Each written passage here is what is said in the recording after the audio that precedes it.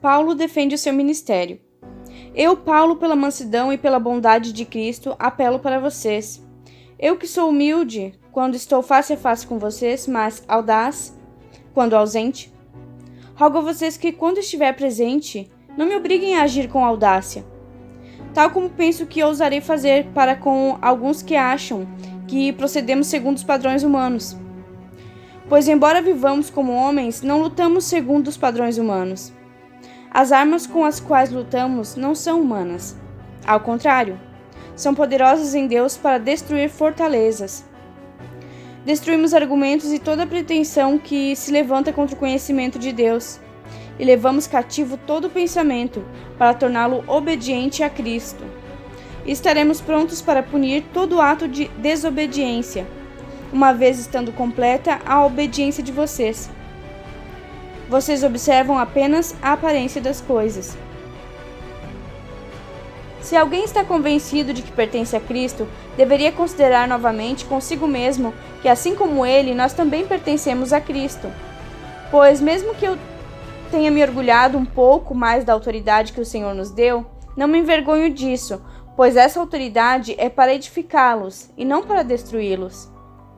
Não quero que pareça que estou tentando amedrontá-los com as minhas cartas, pois alguns dizem, as cartas dele são duras e fortes, mas ele pessoalmente não impressiona e a sua palavra é desprezível. Saibam tais pessoas que aquilo que somos em cartas, quando estamos ausentes, seremos em atos quando estivermos presentes. Não temos a pretensão de nos igualar ou de nos comparar com alguns que se recomendam a si mesmo. Quando eles se medem e se comparam consigo mesmos, agem sem entendimento. Nós, porém, não nos gloriaremos além do limite adequado, mas limitaremos nosso orgulho à esfera de ação que Deus nos confiou, a qual alcança vocês, inclusive. Não estamos indo longe demais em nosso orgulho, como seria se não tivéssemos chegado até vocês, pois chegamos a vocês com o Evangelho de Cristo. Da mesma forma, não vamos além de nossos limites, gloriando-nos de trabalhos que outros fizeram. Nossa esperança é que, à medida que for crescendo a fé que vocês têm, nossa atuação entre vocês aumente ainda mais, para que possamos pregar o Evangelho nas regiões que estão além de vocês, sem nos vangloriarmos de trabalho já realizado em território de outro. Contudo, quem se gloriar, glorie-se no Senhor, pois não é aprovado quem a si mesmo se recomenda, mas aquele a quem o Senhor recomenda. A preocupação de Paulo com a fidelidade dos coríntios. Espero que vocês suportem um pouco da minha insensatez. Sim, por favor, sejam pacientes comigo. O zelo que tenho por vocês é um zelo que vem de Deus.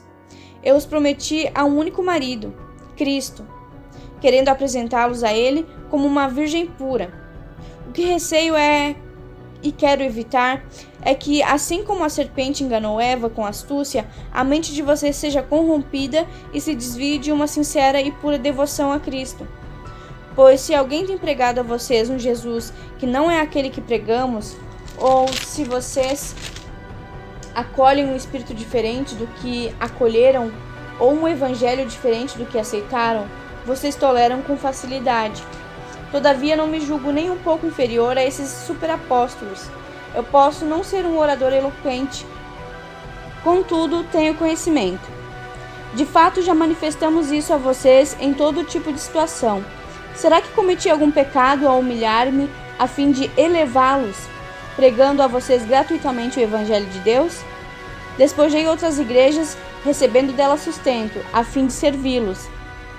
Quando estive entre vocês e passei por alguma necessidade, não fui um peso para ninguém, pois os irmãos, quando vieram da Macedônia, supriram aquilo de que eu necessitava. Fiz tudo para não ser pesado a vocês e continuarei a agir assim. Tão certo como a verdade de Cristo está em mim, ninguém na região da Acaia poderá privar-me desse orgulho. Por quê? Porque não amo vocês? Deus sabe que os amo, e continuarei fazendo o que faço, a fim de não dar oportunidade àqueles que desejam encontrar ocasião de serem considerados iguais a nós nas coisas de que se orgulham. Pois tais homens são falsos apóstolos, obreiros enganosos, fingindo-se apóstolos de Cristo. Isso não é de admirar, pois o próprio Satanás se disfarça de um anjo de luz. Portanto, não é surpresa que os seus servos finjam ser servos da justiça. O fim deles será o que as suas ações merecem. Paulo orgulha-se dos seus sofrimentos. Faço questão de repetir: ninguém me considera insensato. Mas, se vocês assim me consideram, recebam-me como receberiam um insensato, a fim de que eu me orgulhe um pouco.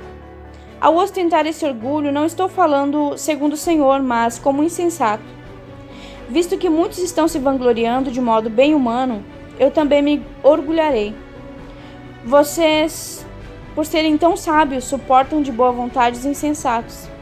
De fato, vocês suportam até quem os escraviza ou os explora, quem se exalta ou lhes fere a face. Para minha vergonha, admito que somos fracos demais para isso. Naquilo em que todos os outros se atrevem a gloriar-se, falo como insensato. Eu também me atrevo. São eles hebreus? Eu também. São israelitas? Eu também. São descendentes de Abraão? Eu também. São eles servos de Cristo? Estou fora de mim para falar dessa forma. Eu ainda mais. Trabalhei muito mais, fui encarcerado mais vezes, fui açoitado mais severamente e exposto à morte repetidas vezes. 5 vezes recebi dos judeus 39 açoites. 3 vezes fui golpeado com varas. 1 vez apedrejado. 3 vezes sofri naufrágio. Passei 1 noite e 1 dia exposto à fúria do mar. Estive continuamente viajando de uma parte para outra. Enfrentei perigos nos rios, perigos de assaltantes, perigos dos meus compatriotas, perigos dos gentios, perigos na cidade, perigos no deserto, perigos no mar e perigos dos falsos irmãos. Trabalhei arduamente. Muitas vezes fiquei sem dormir. Passei fome e sede. E muitas vezes fiquei em jejum. Suportei frio e nudez.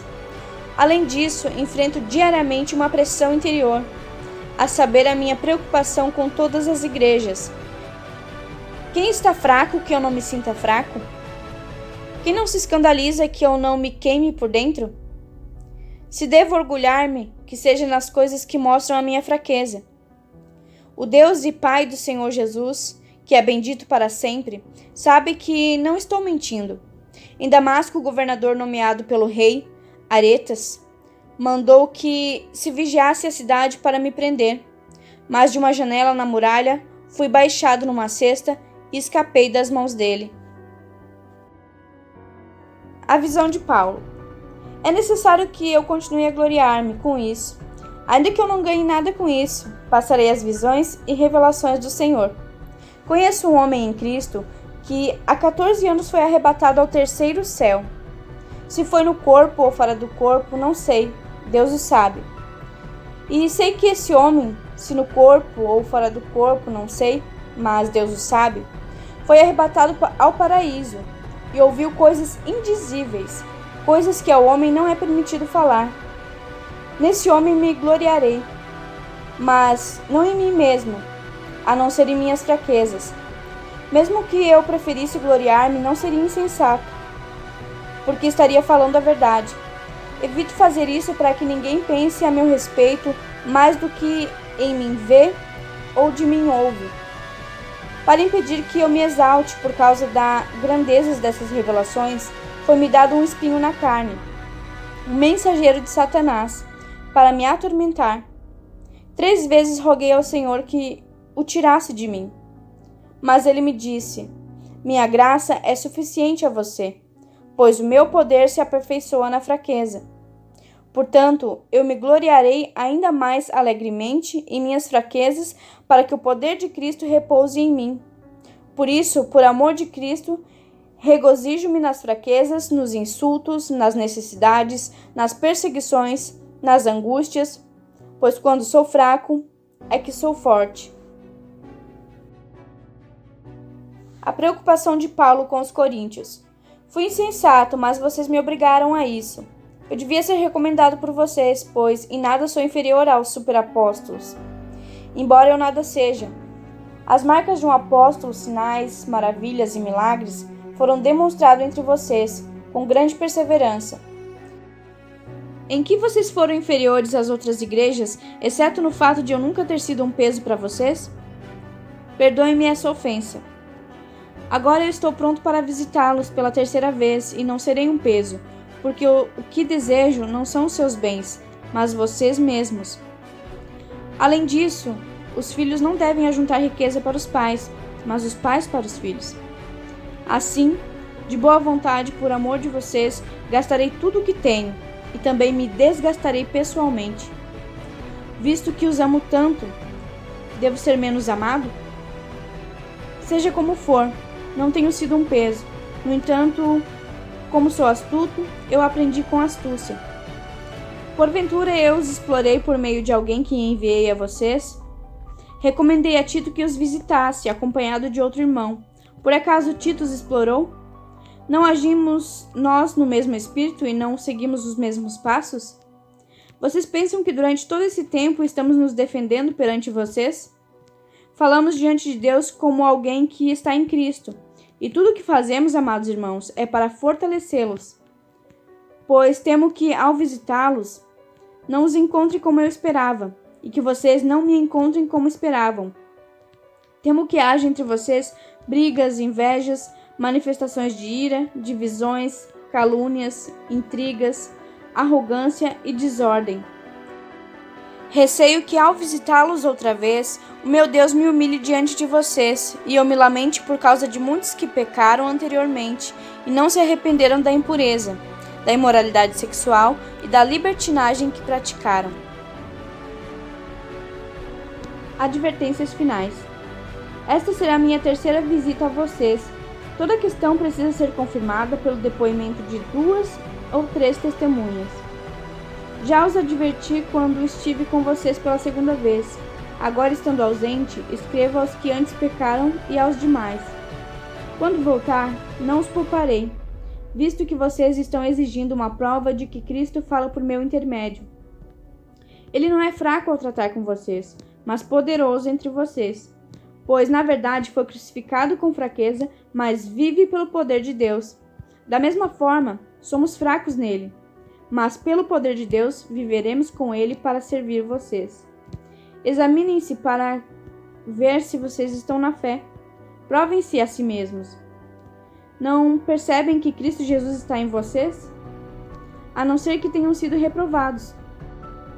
Agora oramos a Deus para que vocês não pratiquem mal algum. Não para que os outros vejam que temos sido aprovados, mas para que vocês façam o que é certo, embora pareça que temos falhado. Pois nada podemos contra a verdade, mas somente em favor da verdade. Ficamos alegres sempre que estamos fracos e vocês estão fortes. Nossa oração é que vocês sejam aperfeiçoados.